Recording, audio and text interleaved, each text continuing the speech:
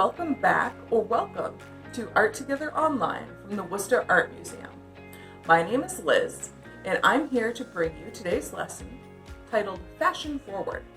We're going to be reading an illustrated book together, then we're going to look at some inspiration pieces from the museum collection and another exhibit put on by one of the museum's partners. Then we're going to get into our art creation lessons. Let's start with our book.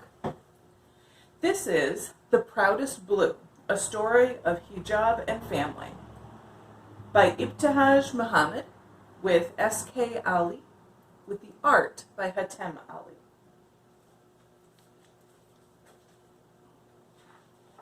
The Proudest Blue. Mama holds out the pink. Mama loves pink. But Asaya shakes her head. I know why. Behind the counter is the brightest blue, the color of the ocean, if you squint your eyes and pretend there's no line between the water and the sky. It's the first day hijab. Asaya knows it. I know it. We're sisters. The next day, I wait. A new backpack, new light-up shoes. I feel special. I feel like twirling. Asaya comes out of the house, and I stop. It's the most beautiful first day of school ever.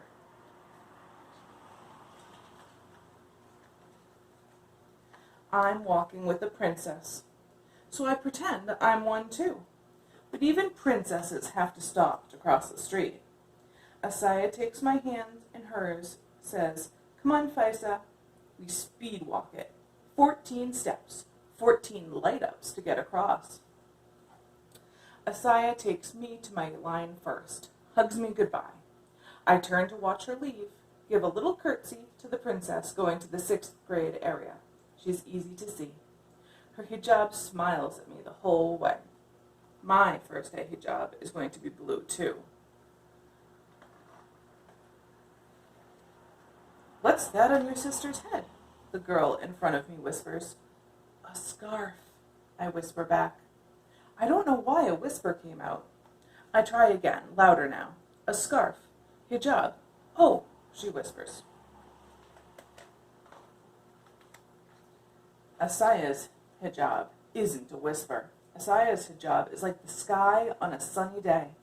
The sky isn't a whisper. It's always there, special and regular.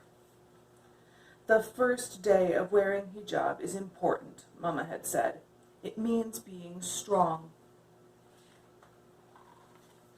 I turn, but I can't see the blue anymore. I run to the big kid's side. 27 steps to see Asaya.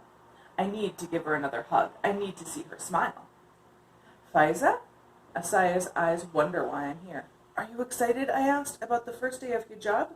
She nods, smiling big, and I feel better.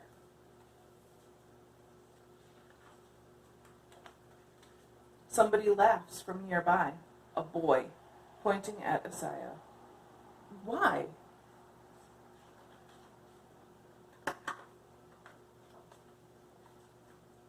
Asaya's hijab isn't a laugh. Asaya's hijab is like the ocean waving to the sky.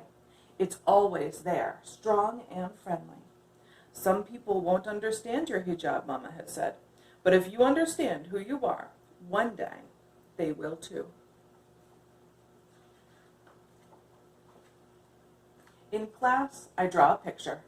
2 princesses in hijab having a picnic on an island where the ocean meets the sky. The girl who whispered in line says she likes it. She says it's so loud, the teacher comes over to see it. I wonder if Asaya drew a picture too. Recess time is for 5 cartwheels in a row. I land the last one near the 6th graders, near Asaya and her friends, near a boy yelling, "I'm going to pull that tablecloth off your head."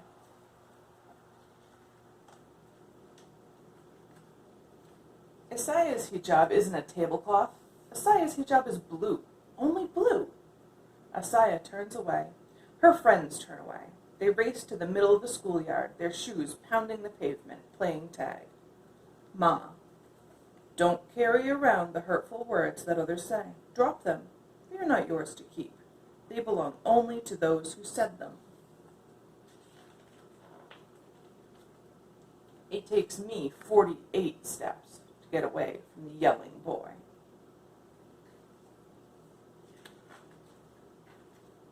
After school, I look around. I look for whispers, laughs, and shouts. But I only see Asaya waiting for me, like it's a regular day. She's smiling. Strong. We cross the road hand in hand. I can't wait to get home to show Mama the picture I drew, to show Asaya that I'm wearing the same hijab in it. Because Asaya's hijab is like the ocean and the sky, no line between them, saying hello with a loud wave, saying, I'll always be here, like sisters, like me and Asaya.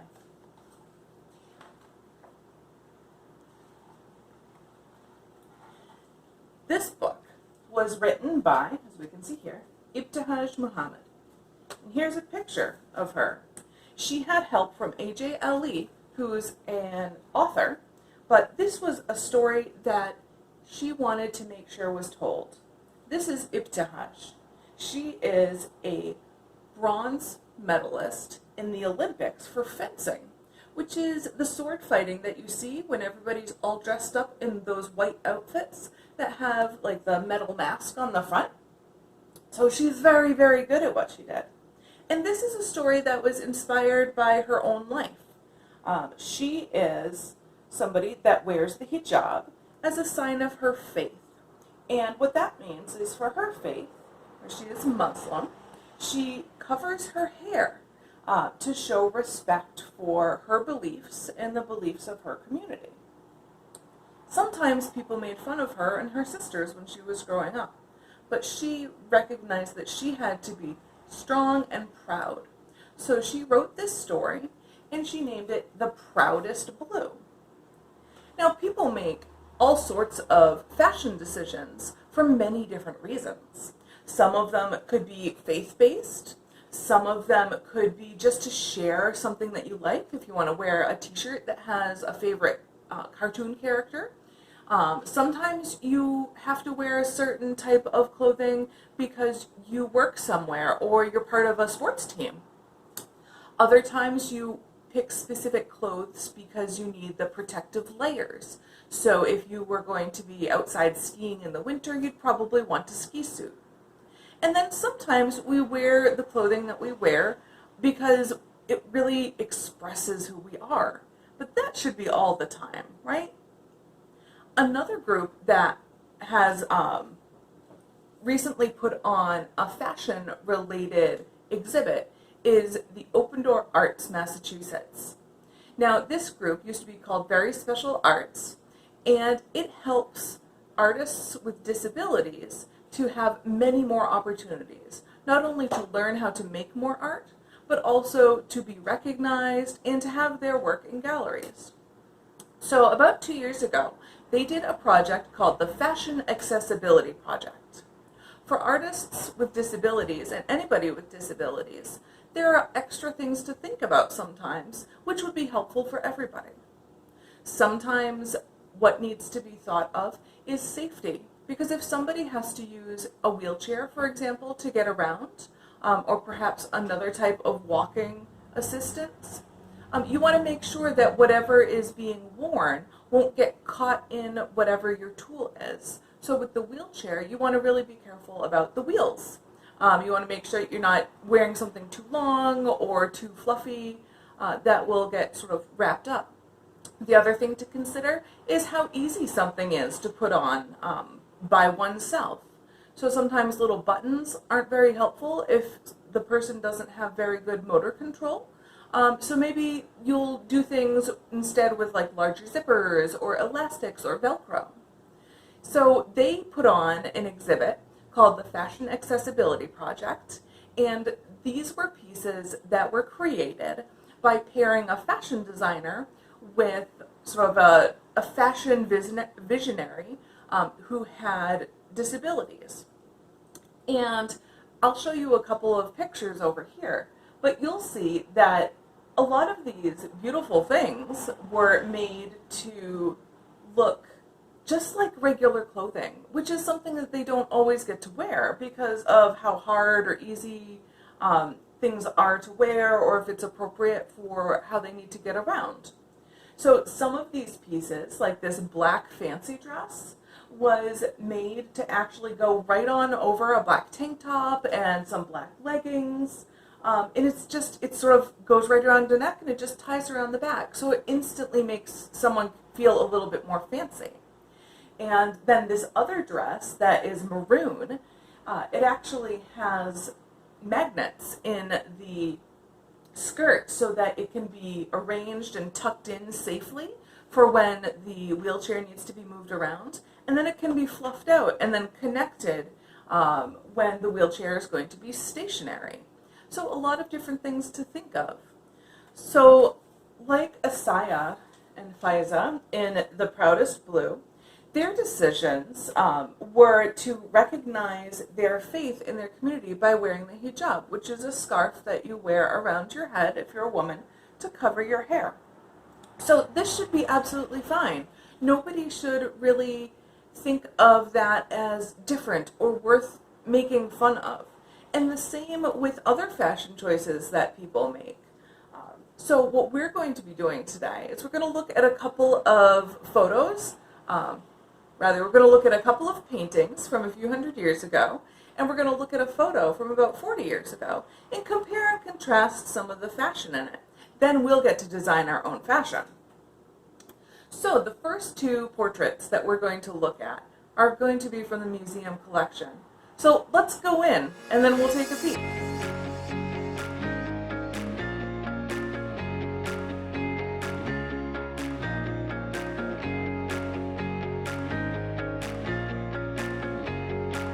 Alright, welcome to the Worcester Art Museum. The two portraits that we're going to look at first are from about 1671, maybe a year or two after that. And they're lovingly known as the Freak portraits because they are of Mr. John Freak and Miss Elizabeth Clark Freak, also known as Mrs. John Freak, and baby Mary. So here we have a pair of portraits of two people from Boston about 350 years ago. Now, these are actually repainted portraits. So when they were first made, they didn't have quite as much lace, ribbons, they didn't even have that baby. But when the owners, John and Elizabeth Freak, ended up doing a little bit better, they wanted to make sure that everybody would know this about them. And without having cameras around, they had their portraits repainted. So we can tell that on John Freak's portrait, he had that lace collar added, and then a lot of the other details. So perhaps the buttons, the gloves may have been upgraded, the lace. And then on Elizabeth Freak's portrait, you can see now that she has some fancy jewelry, she has these ribbons, a little bit more decoration, and the baby wasn't even there to start. So we can see that people have wanted to show others who they are and what they care about through fashion for a very, very long time. So Elizabeth and John wanted to make sure that people knew that they were pretty well off and they knew how to take care of themselves. So they made sure to dress in such a way to tell people that. Now, let's fast forward into the future so that we're only about 40 years in the past. This photograph, titled Fashion Model, is taken by Eli Reed. Now in this, we don't know who the woman is, or even if she picked out her own clothing, but we can see a lot has changed. So, first, hats. Hats for a very, very, very long time were mainly used actually for sunshade because they didn't have sunscreen, and one of the things that they needed to do, of course, was to protect their skin. So hats were decorative, but they were also used to help block the sun. Now this hat is purely decorative, I would say, because there's no brim, but it does make her look taller, which usually height is a sign of being important or strong, so perhaps that's why it's taller. Let's look at some other features. When we looked at John and Elizabeth's paintings, you saw a lot of details, frilly lace and long ribbons and lots of layers. That has sort of been traded out for some really sort of smooth, clean lines. She does have some details up here by her neckline, but other than that, very plain, but well cut. Of course, the skirt here is shorter. It's about knee length. And something that I noticed after looking at this for a while is it looks like she even has a pocket. So this looks like a very easy, everyday type of outfit. She has shoes on that do have a little bit of a heel, but are easy to walk around in. So we've gone from showing somebody that you're very well-to-do by having all of this lace and doodads and everything, to making sure that you're expressing yourself, which, you know, I think that she looks very put together. It's very sort of simple. I wish I knew what color it was, because with the black and white photo, we can't tell. Maybe it's gray, maybe it's orange. But she could have picked the color that she was wearing, as well as the shoes, to show that, you know, she was pretty happy. Maybe she was going out for a night after work, you know, but it's just one of those things where you get to pick how you want to represent yourself. So we are going to go into the studios and do two projects. The first is going to be some fabric design, because without fabric, we wouldn't have clothing. And then we're going to be able to do our own fashion design. So let's go.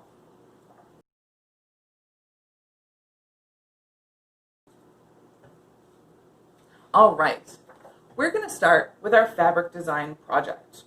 So fabric also has to have an artist or a designer behind it. Of course, you could just have black fabric for everything, but that would get a little boring. So what we do today too is we choose to color and print a lot of our fabrics. Sometimes the designs are woven in, but often in today's fabrics, they're actually printed on. So what we're going to do is we're going to be creating our own fabric swatch, and we're going to use a grid to do that. Now, I'll walk you through how I did this.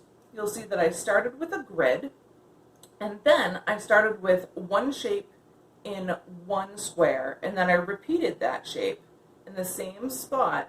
So I went from here to here to here to here, and here to here to here to here, just sort of like a checkerboard.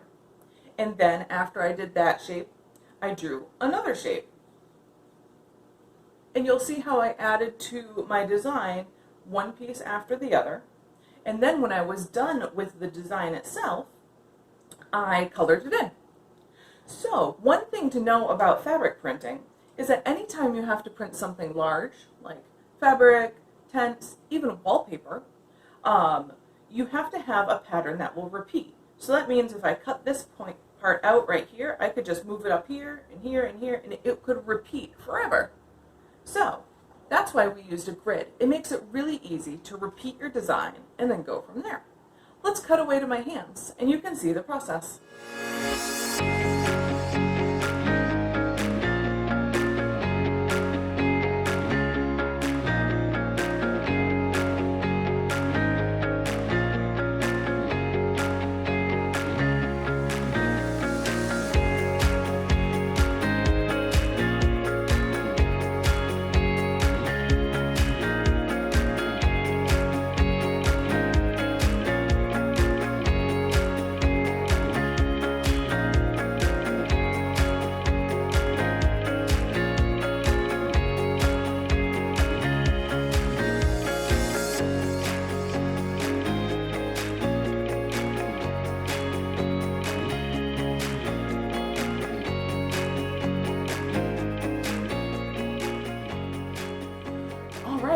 Well, I hope you enjoyed this fabric design project.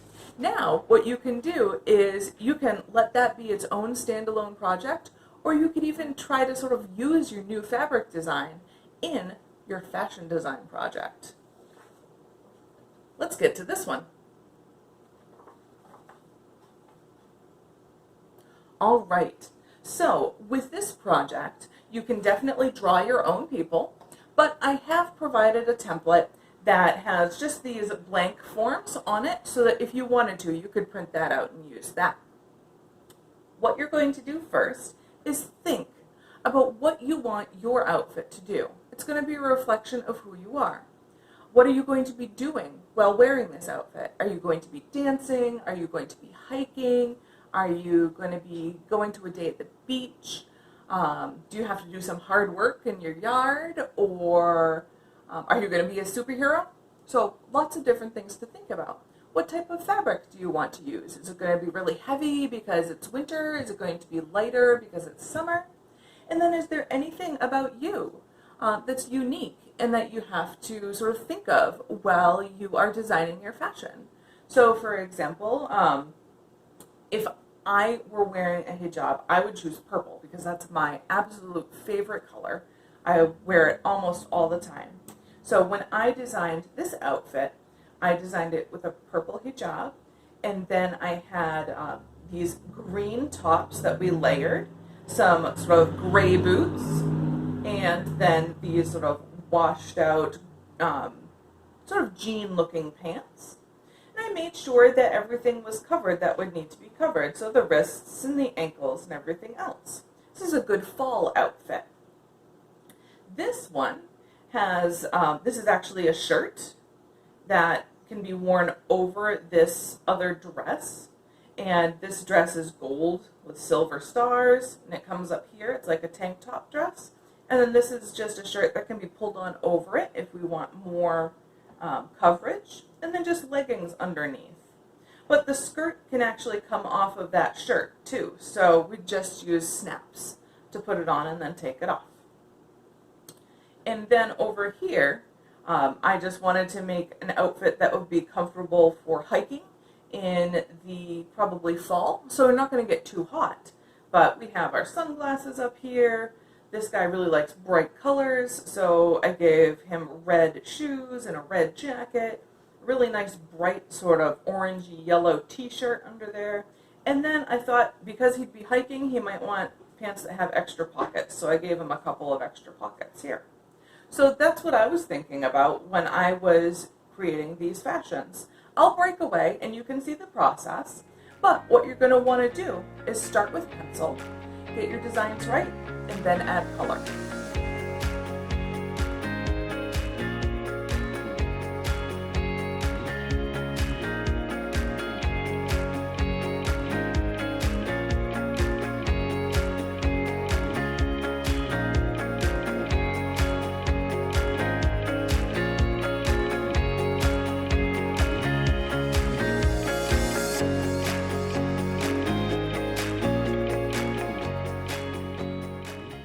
Right. I hope you had tons of fun with the projects from today's lesson. So we had the fabrics project, we had the fashion design project, and then we looked at a few different pieces of art, 3 from the Worcester Art Museum, and then we looked at the fashion accessibility project from Open Door Arts, Massachusetts. We also started off by reading The Proudest Blue, written by Ibtihaj Muhammed with S.K. Ali, and the art was by Hatem Ali. So, I hope that you have tons of fun. We'd love to see the fashions and fabrics that you design. So if you want, you can post them on Instagram or Facebook, and then you can use the hashtag WAM Art Together. We're going to be starting to do these videos every other week throughout the summer. So be on the lookout for a new offering on the other weeks. We're going to be sending out, or rather putting out, packets for activities that have different tie-ins as well. So keep your eye out next Wednesday for something new from the Worcester Art Museum. All right, see you next time.